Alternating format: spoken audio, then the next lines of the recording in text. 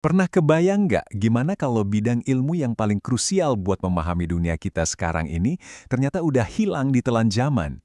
Nah, dilema inilah yang jadi pemicu seorang Sheikh Imran Hosein, seorang pemikir visioner buat membangkitkan kembali cabang ilmu yang terlupakan di dunia modern, yaitu eskatologi Islam atau ilmu tentang akhir zaman. Dengerin deh, pernyataan ini tuh bukan cuma kutipan biasa.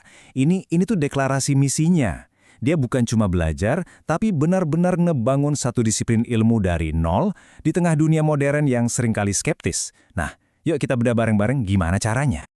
Oke, jadi dalam beberapa menit ke depan, kita bakal ngikutin jejak perjalanan intelektualnya yang luar biasa. Kita mulai dari pencarian awalnya, terus gimana dia ngadepin ranjau darat misinformasi, sampai akhirnya nemuin metodologi unik yang nyatuin dua samudra pengetahuan. Terus kita bakal lihat gimana dia pakai lensa baru ini buat baca sejarah, dan apa visinya buat masa depan. Nah, ceritanya ini dimulai di tempat yang jujur nggak ketebak. Bukan di madrasah kuno atau semacamnya, tapi justru di jantung akademisi sekuler Eropa. Di sanalah sebuah kesadaran penting mulai tumbuh. Bayangin deh, kamu lagi di puncak pendidikan barat, lagi belajar seluk-beluk tatanan dunia modern. Tapi kamu sadar, ada lensa paling penting dari sudut pandang keyakinanmu buat memahami itu semua. Dan lensa itu hilang. Dia cari mentor buat tesisnya kemana-mana di seluruh dunia Islam. Dan hasilnya? Nihil. Nggak ada satupun. Disitulah dia sadar, kalau jalan ini belum ada, ya dia harus bikin sendiri. Dan jalan yang dia tempuh itu, wah, panjang banget. Seperti yang bisa kita lihat di sini. Butuh puluhan tahun loh, dari jadi diplomat di Trinidad tahun 80-an, terus nyemplung ke melting potnya New York selama tahun 90-an, di sana dia dialog dengan para rabi, pendeta, dan diplomat. Semua pengalaman itu benar-benar ngasah pemikirannya, sampai akhirnya dia siap nuangin semuanya ke karya monumentalnya di awal tahun 2000-an. Gini deh, ngebangun bidang ilmu baru itu udah susah. Tapi, ngerjainnya di area yang super sensitif dan penuh jebakan, wah, itu tantangannya beda level lagi. Ini pertanyaan yang penting banget. Soalnya, eskatologi atau studi akhir zaman ini ladang subur banget buat hoaks dan interpretasi sesat yang bahaya. Sheikh Hosein tahu banget, dia butuh saringan super kuat buat misahin mana emas, mana lumpur. Nah, rintangan-rintangan ini dia sebut ranjau darat. Ini bukan sekedar salah info biasa ya, tapi hadis-hadis palsu, yaitu cerita rekaan yang diklaim dari Nabi yang sengaja ditanam buat ngejebak para pencari kebenaran. Dan menurut dia, nggak ada bidang lain yang ranjaunya lebih banyak dan lebih mematikan ketimbang studi akhir zaman. Jadi gimana dong cara ngelewatin ladang ranjau ini? Peta lama jelas nggak bisa dipakai. Dia harus bikin kompas baru, sebuah metodologi yang super kokoh yang dibangun di atas dua pilar utama. Oke, pilar pertama, dan ini fundamental banget, Al-Quran itu hakim tertinggi. Jadi kalau ada hadis, sekalipun dianggap sahih, tapi kok nabrak Al-Quran, ya Al-Quran yang menang, titik, nggak ada debat. Kedua, dan ini juga revolusioner nih, dia sadar kalau cara belajar tradisional aja tuh nggak cukup buat memahami betapa rumitnya akhir zaman.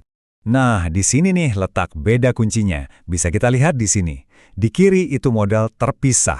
Ini cara pikir konvensional. Ilmu agama ya di kotaknya sendiri, ilmu dunia di kotak lain. Nggak nyambung.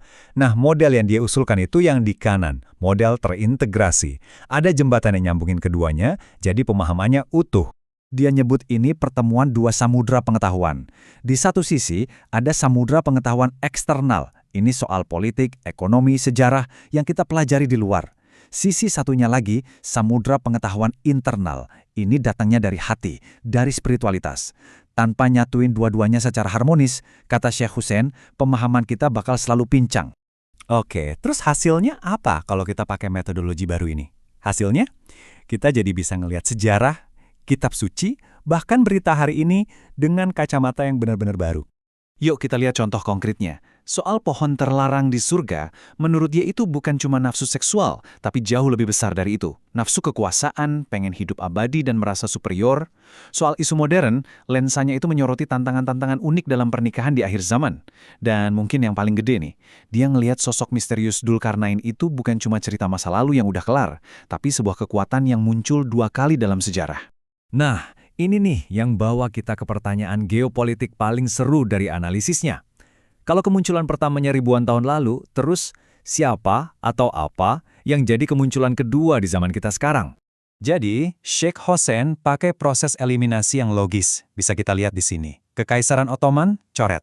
Kenapa? Karena gagal nahan Gog dan Magog, kekuatan perusak di akhir zaman. Uni Soviet, coret juga. Alasannya, kekuasaannya kan ateis, bukan berdasar iman. Dan itu syarat kunci. Nah, sampailah kita ke kandidat terakhirnya, Rusia modern, yang menurut dia sedang kembali ke akar Kristen ortodoksnya dan aktif melawan tatanan dunia yang menindas. Dan dia bahkan nunjuk satu momen spesifik sebagai penandanya, tahun 2014, waktu Rusia mengambil alih Crimea. Bagi dia, ini bukan cuma soal manuver geopolitik biasa. Ini tuh titik balik sejarah, di mana sebuah kekuatan berbasis iman di wilayah Laut Hitam bangkit buat nantang status quo, persis kayak yang diceritain di kisah Dzulkarnain. Setelah semua analisis ini, terus tujuannya apa sih? Apa gunanya eskatologi Islam ini ke depannya menurut Sheikh Hossein? Dia pakai metafora yang indah banget dari hadis, yaitu hujan terakhir. Dia melihat hujan ini turun dalam dua gelombang. Yang pertama, hujan perlawanan militer. Ini udah kita lihat lah ya di berbagai tempat. Mereka ini tahu cara bertarung secara fisik. Tapi, ada hujan kedua yang menurut dia jauh lebih penting. Hujan kedua ini hujan intelektual, hujan pencerahan. Itu nggak bakal datang dari politisi atau ekonom. Justru, kata dia, di tengah-tengah kekacauan dan kebingungan akhir zaman, eskatologi Islam inilah yang bakal jadi penjelasnya. Ya akan menjadi cahaya paling terang yang akan menuntun umat melewati kegelapan yang paling pekat. Dan semuanya kembali lagi ke hadis indah yang jadi inspirasinya. Sebuah gagasan yang puitis banget kan? Bahwa mungkin aja, kebaikan terbesar bagi umat ini bukan ada di masa lalu yang gemilang, tapi justru di masa depan yang paling menantang.